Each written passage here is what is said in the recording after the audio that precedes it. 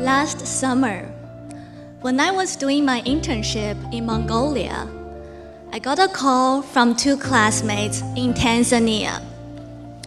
They had a very urgent question: how to use their washing machine. Because all the labels were in Chinese, and Google kept translating a big button as spinning ghost mode.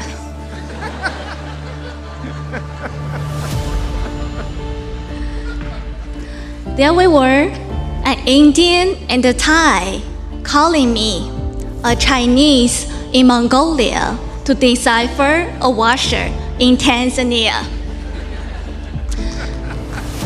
And we all studied together here at Harvard.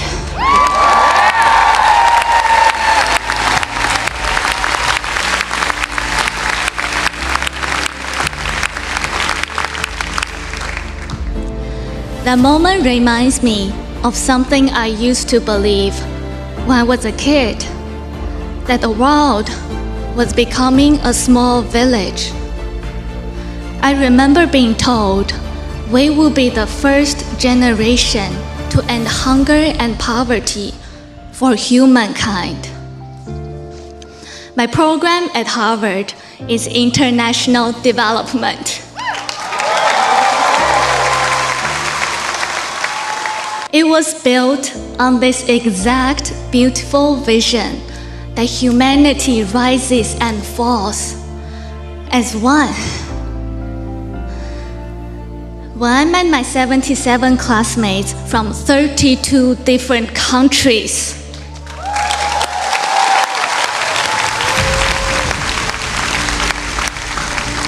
the countries I knew only as colorful shapes on a map turned into real people with laughter, dreams, and the perseverance to survive the long winter in Cambridge.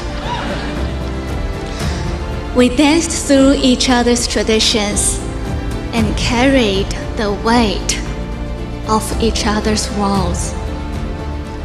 Global challenges suddenly felt personal.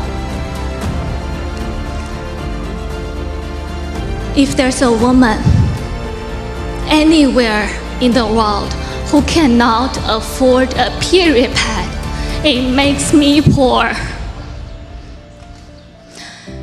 If a girl who skips school out of fear of harassment that threatens my dignity,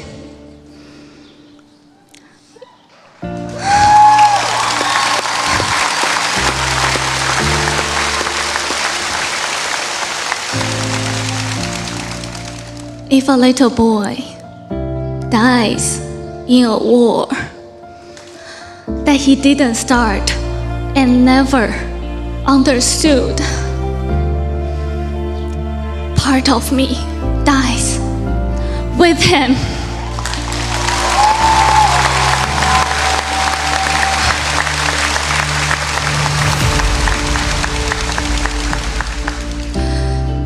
But today, that promise of a connected world is giving way to division, fear, and conflict. We're starting to believe those who think differently, vote differently, or pray differently, whether they are across the ocean or sitting right next to us, are not just wrong. We mistakenly see them as evil. But it doesn't have to be this way.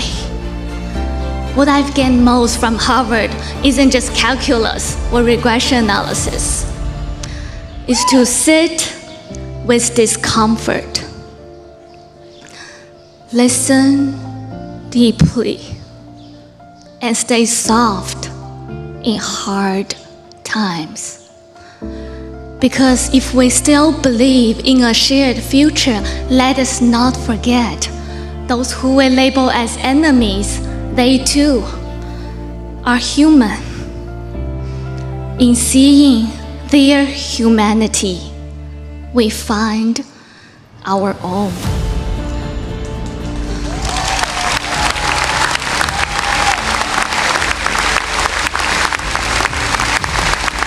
In the end, we do not rise by proving each other wrong. We rise by refusing to let one another go.